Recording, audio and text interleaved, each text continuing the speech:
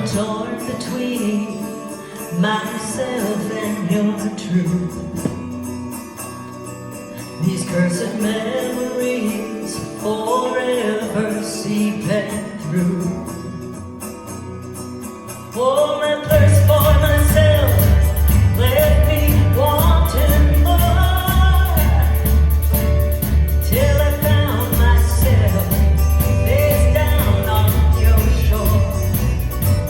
You say, come to the river, oh, lay yourself down, let your heart be found. You say, come to the river, drink from the cup I pour, and thirst no more. My restless heart calling me astray, to my selfish pride I became my own slave. But you placed a thirst in me with no drink inside, 'cause I could not see till I saw through your eyes. You say, come to the river, oh, and lay yourself down, let your heart be found. You say, come to the river, drink from the cup I pour, and thirst no more.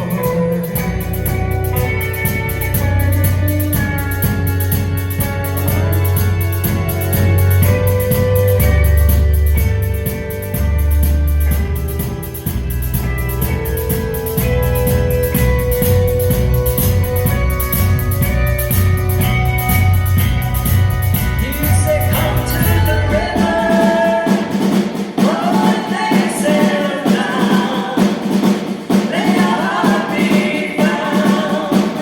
You say, come to the river, oh, and lay yourself down, let your heart be found.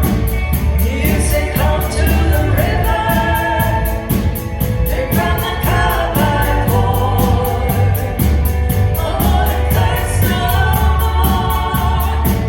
You say, come to the river, thirst no more. You say, come to the river, thirst no more.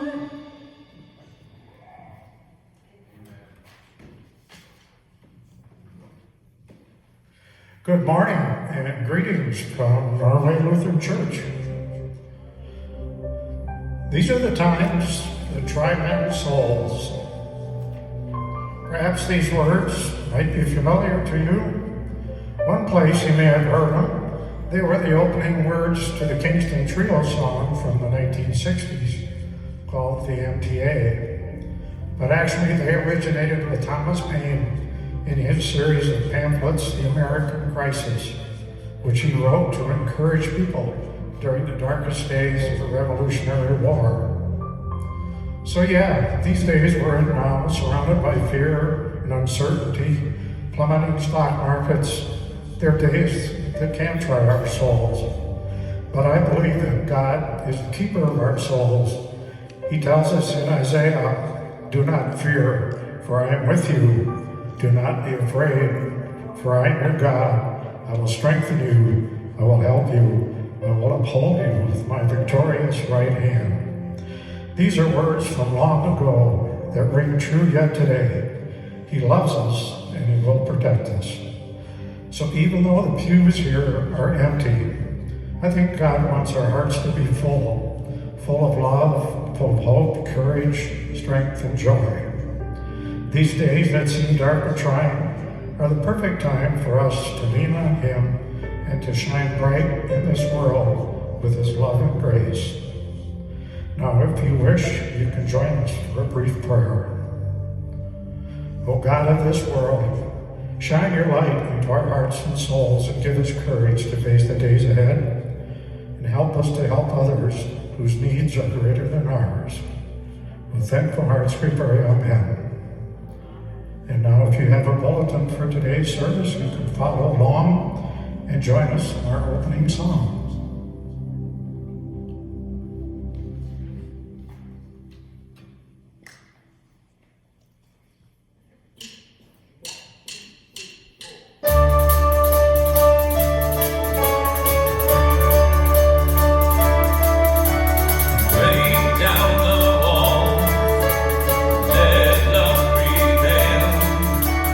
Pour out your truth, teach us your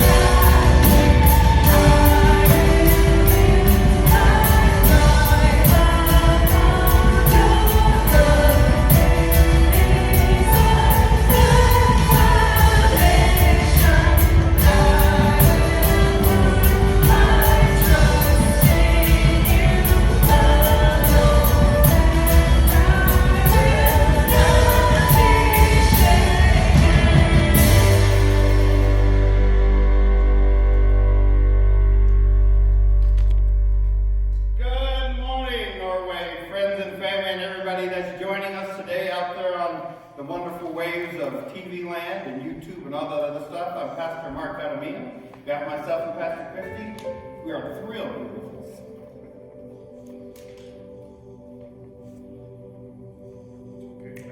This might be a little bit of an emotional service. But I love it. So does Jesus. We're going to get through this. We're all going to get through this together. All right. Turn and pray with us. I'm going to pray. Stay right there. Heavenly Father, there's never been a time where any child has ever faced challenges that you didn't make your presence known. We call out as your children, knowing you will answer. Nothing has taken us down so far, and this won't do it either. May the time we spend today truly be a blessing in our lives to carry us forward to whatever may come. We pray this in your holy name. Amen. You may be seated. And if you'd like, you can go get yourself a cup of coffee because I'm going to read one really loud today. But before we do that, I invite you to grab your Bibles, and I want you to open it to John chapter 9, and we're going to read verses 1 through 15. Oh, they're in your bulletin too at home, so be sure to open it up there. The Holy Gospel according to St. John, the 9th chapter. Glory to you, O Lord. As Jesus walked along, he saw a man blind from birth. His disciples asked him, Rabbi, who sinned, this man or his parents, that he was born blind? Jesus answered, neither this man nor his parents sinned. He was born blind so that God's works might be revealed in him. We must work the works of him who sent me while it is day. Night is coming when no one can work. As long as I am in the world, I am the light of the world. When he had said this, he spat on the ground, he made mud with the saliva, and spread the mud on the man's eyes, saying to him, go, wash in the pool of Siloam, which meant sent.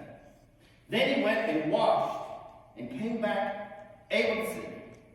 The neighbors and those who had seen him before as a beggar began to ask, is this not the man who used to sit and beg? Some were saying, it is he. Others were saying, no, but it is someone like him.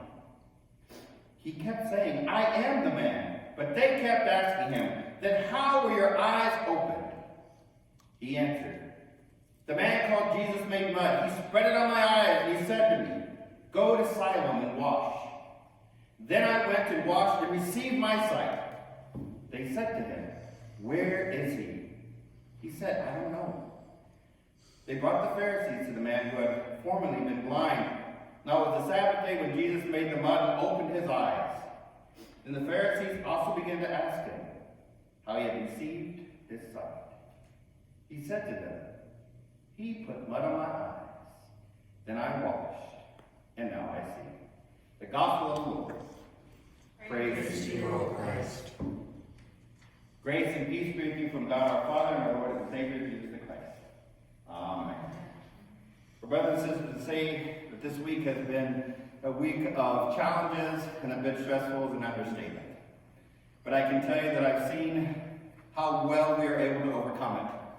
And one of the greatest moments of that experience was yesterday when I saw my wife, Pastor Christy, trying to teach our son sociology. Something like that. They had worked real hard and they put together this video and all the different parts that were supposed to go with it. And at the completion, they were pretty happy with what they had accomplished. But then they found out that they had to send it to the teacher in a very specific format. And that's when the challenge came on. I watched as Kyle and Pastor Christy read through the instructions multiple times without having any end result that was satisfying to them. And just as they were doing this, the teacher herself sent an email saying that if it didn't come in this particular format, it wouldn't be accepted. The tension was there. The frustration was there. What were they to do? Well, this is where I was impressed, because what I saw was Pastor Christy looking at those instructions and not giving up. The challenge was there, she was going to overcome it. And only 2 hours later was she able to figure out how to send those messages, how to send that video, how to make sure that homework made it to the teacher. The great thing about that was the success of the actual homework being delivered, but I think the better success, in the way in which I truly saw the power of her determination and her love for her son, was when Kyle looked at her and said, "Thank you." It never ceases to amaze me, brothers and sisters, that I think that the best time for us to really shine bright, to move forward, to be able to even grow, aren't in moments where we've been greatly successful, but are first started with a challenge in order to be successful. And in fact, I think one of the greatest gifts of being able to face the challenges and to continue to go on is the understanding that when we do that, not only are we able to succeed for ourselves, but that becomes oftentimes the greatest moments in which God can be seen, especially in the things that we do. This was the message of Jesus when he was trying to reach out and share with that blind man that he had so much more to offer. You probably know this story. It's one of my favorites. I love this story because every part of it seems to be unfamiliar to the structure of how most of the stories in the scriptures go. As it starts out, Jesus was just walking with his disciples. They weren't even looking at the blind man other than as a person simply sitting on the side of the road.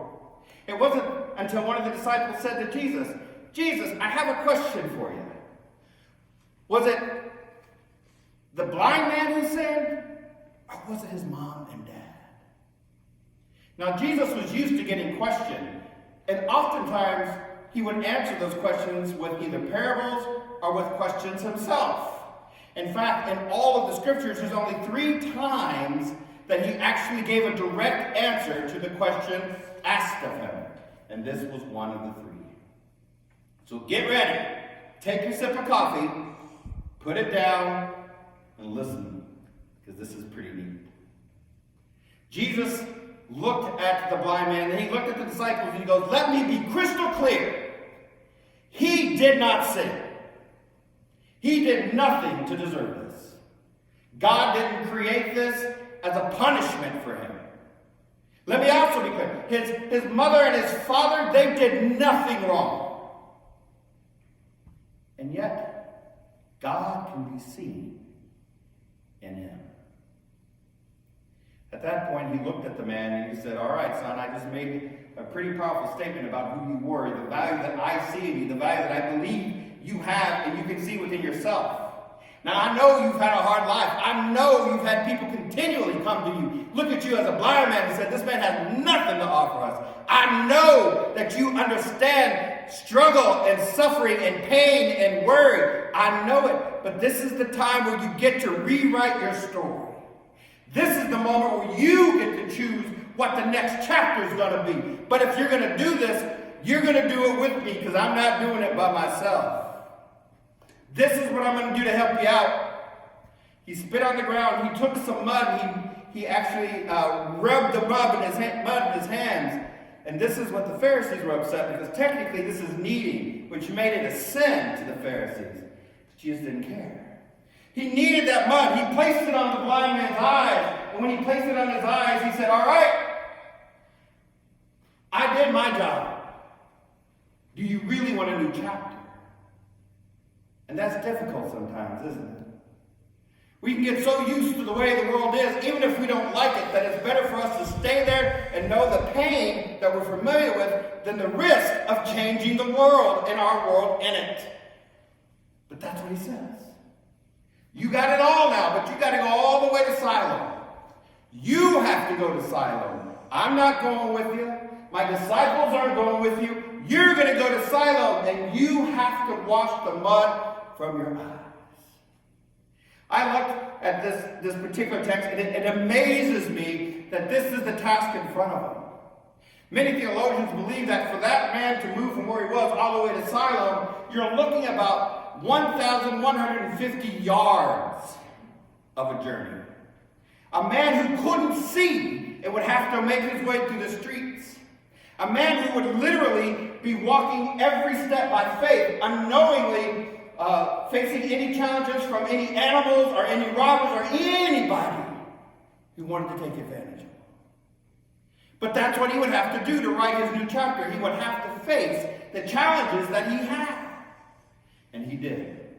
He took one step, one after the other. He made his way all the way down. Brothers and sisters, I'm going to tell you, there are days I can't even make it from my bed to the sink without stubbing my toe in the middle of the night. And yet he did it that whole way. He got there and he washed the mud from his eyes. And lo and behold, just as Jesus had promised, he could see. But not only with his eyes, he began to understand and see with his faith and his heart. So much was he moved that he could not contain it, no matter who challenged him about it. His vision was there, but he now began to see not only was he a valuable child of God, but he had to make sure the world knew about it. And this is the funny part. No sooner did he get back to where he started, immediately his neighbors looked at him and they said, "Who are you?" And the man looks at him and goes, "Are you nuts? I'm the same guy that's been here forever. I'm the beggar on the side of the road." "Well, you look like him, but I don't know if you can." "I am him." Immediately following his neighbors, the Jews came to him. The Jews came to him and the Pharisees came to him. Pharisees said, "Are you sure you're the man?" He goes, "Yes, I am." "Who did this for you?" "Jesus did this for me. He put mud on my eyes. I went down to Siloam. I washed it out. I came on back. I could see." "Are you sure?" And then the Jews again come back. "You know, if we do this conversation any further, and I hear that you call him the Messiah, just as the Pharisees have said, if they hear you call him the Messiah, they're going to kick you out of the temple." And finally the man looked at him and said, "Look, I don't know Jesus from anyone," which, by the way, is part of the story. He didn't know who Jesus was. "I don't know Jesus for anyone. He might have been a prophet. He might have been a great teacher, but the only thing he was to me was the man who opened my eyes. I was blind, but now I see. I see with my heart, I see with my eyes, and I can see that God had never abandoned me." I think that's the power of facing those challenges.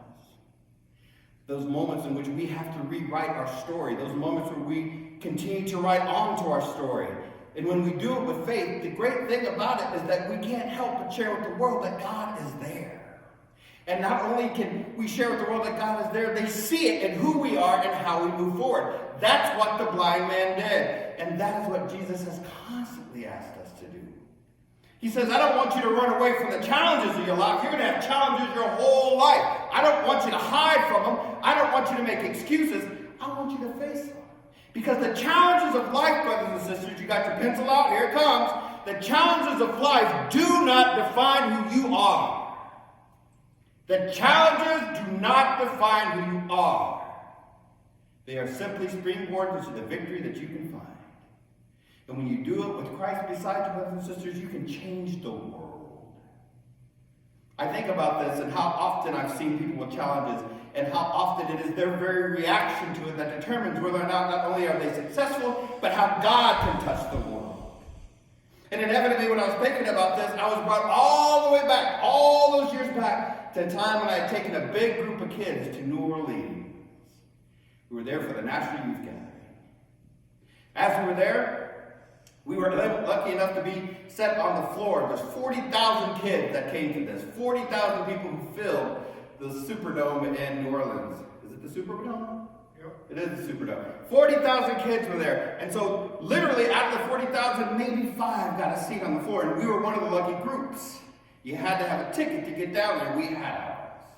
As we were sitting there with that group of all the other people down there looking forward to worship about to happen, all the kids screaming, cheering aloud, the Spirit of God is stirring in that place. I noticed that right beside us, there were about 7, 8 chairs that were empty. And we all wondered where that group was. Well, right before worship happened, we saw the most beaten down, exhausted group walking into that stadium. Apparently they had been on the road for over 9 hours. And they didn't want to miss opening worship, so they even skipped supper to get there. And I watched the leader, this mom, this wonderful lady who literally looked like death walking. She was exhausted. And her kids were literally just dragging their bodies to sit down in those chairs. And as they sat down, you could see that they were hungry. As one girl was licking the backside of a gum strip thingy package she had. Well, I walked over to the mom, and I knew I had some crackers in my backpack, pulled them out. I walked over to the mom, and I said, "Ma'am, why don't you go ahead and take some of these and share them with your kids?" Imagine my surprise when she looked at me. And she said, "I don't take charity." So I simply took the crackers, and I walked back to my seat. Now, there was a young lady who was right next to me, freshman in high school. She saw this whole thing unfold. She could also see that these kids were starving. The young lady, she reached deep into her backpack and she pulled out a package of half-eaten potato chips. She then walked over to the mom and she said, "Ma'am, I don't mean any disrespect, but Pastor told me that this is going to be a week where we get to meet all of our family from all around the United States. And that means you're part of the family too. And Pastor always tells us that when it's family, we always have to share our love. So if I give you these chips, I guess it really isn't charity, is it? It's just love between family." Well, at that point, that mother, that wonderful youth leader, tears started coming down her eyes. She grabbed that little kid. She picked up that little girl. She hugged her, and she said, "Thank you." She goes, "Sometimes I forget." Immediately, the rest of everybody else in my group pulled out the best banquet we would have in New Orleans. And that banquet consisted of everything from gum, to cookies, to chips, to that stuff that you put together that has nuts and M&Ms and trail mix, and everything else. We laid it right there on the stadium floor. And then we all together as one family feasted. Because the challenge was there, and the challenge didn't define who we were. And when a little bit of love from a little lady came out, it rewrote the story of that experience. That's what we're here to do, brothers and sisters, especially as these weeks unfold. Just like the blind man, just like we did in New Orleans, we are there to make sure that God's love never stops. Amen? That is the place in which we have an opportunity to say to the world, "Yes, I am scared. Yes, I am struggling. Yes, it is hard. But you know what? That doesn't define me. I am going to walk this journey, and if you walk it with me, then we'll walk it together." And as we walk, I bet you, I guarantee Jesus Christ will be there. And if we do that, brothers and sisters, it doesn't matter what we face. It doesn't matter what pandemics in this world. It doesn't matter what's going on. If we do it together, then we will be stepping by faith. And Jesus will be with us every step of the way, even all the way to Siloam. Amen? Amen.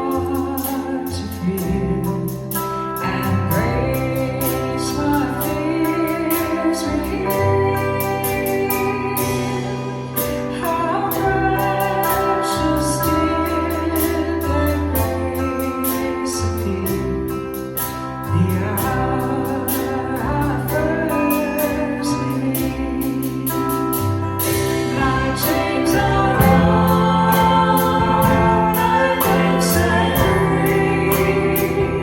My God, my Savior, has ransomed me.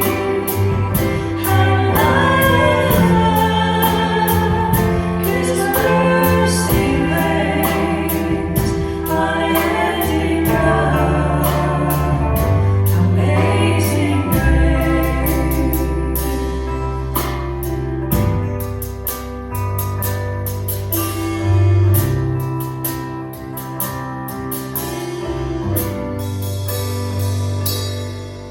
The Lord has promised good to me. His word my hope secures. He will my shield and push me as long as life endures. My chains are gone, I've been set free. My God, my Savior, has ransomed me. And I love His mercy reigns, unending love, amazing grace. My chains are gone, I've been set free. My God, my Savior, has ransomed me. And I love His mercy reigns, unending love, amazing grace.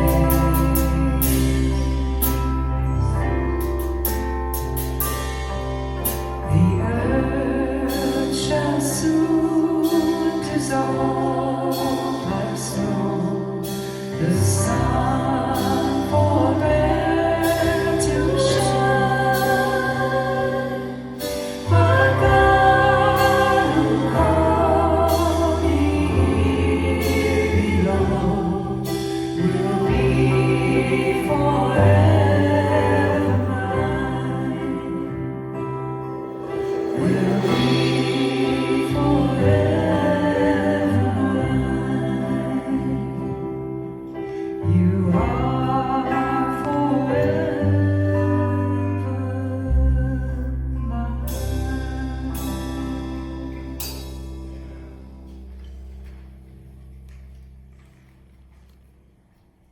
Before the band shares their offering of music with us today, I remind you of this. It's our offering plate. Usually we pass it through the pews and it gets full by the time it gets to the back. But there's nobody here. So how will we fill it? I'm here. Yes, well, that's good because we're going to fill it with our donation right now. If you are at all like me, you're looking for ways to do things with technology right now. So there's this app called Give Plus. We talked about it new here about a year ago. I'm going to sign in. If you have an app like this, please do so as well. If you don't, this is the time you can write a check and put a stamp on it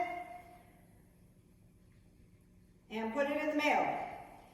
But either way, we still continue to need technology to help us. We need these money pieces to help keep going. Why?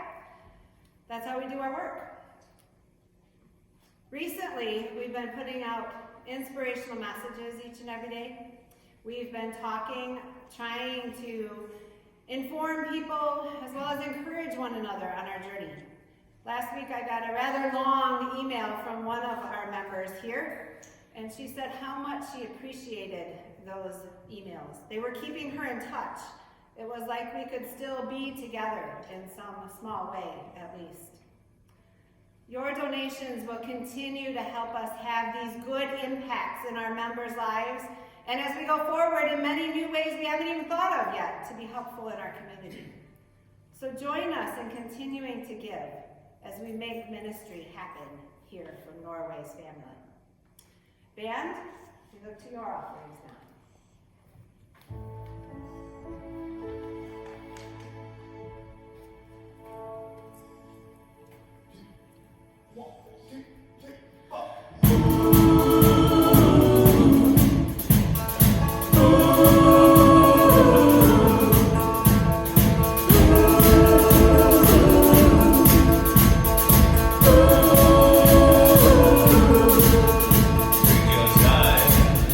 Bring your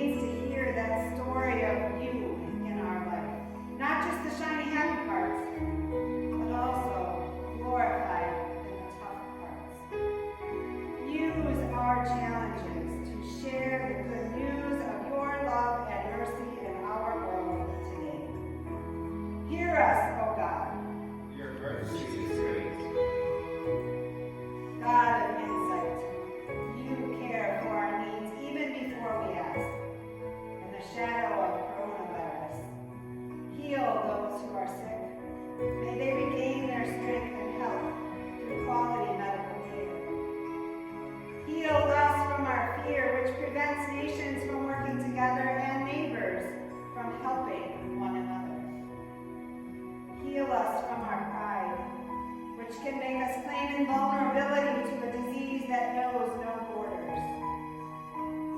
Heal those who are lonely through their time of quarantine and isolation.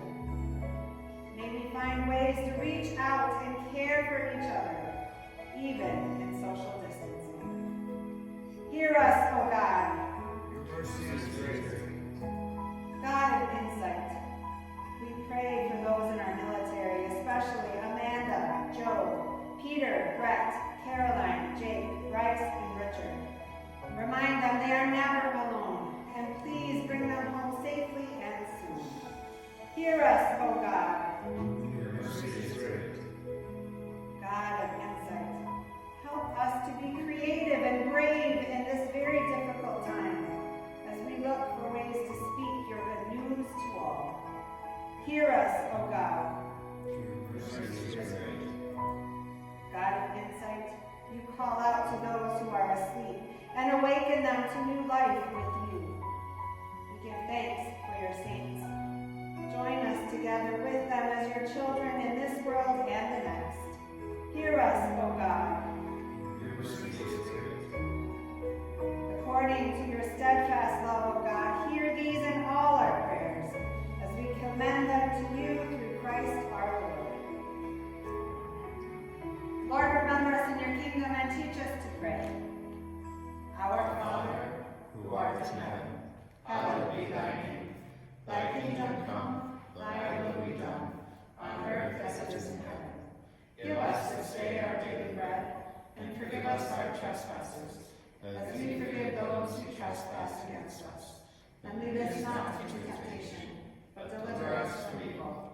For thine is the kingdom, and the power, and the glory, forever and ever. Amen. And now receive the benediction. Now is the acceptable time. Now is the day of salvation.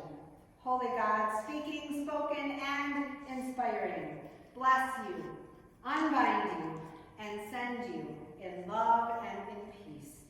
Amen. All right, thankful heart, take us home with This Is Amazing Grace. 1, 2, 3, 4.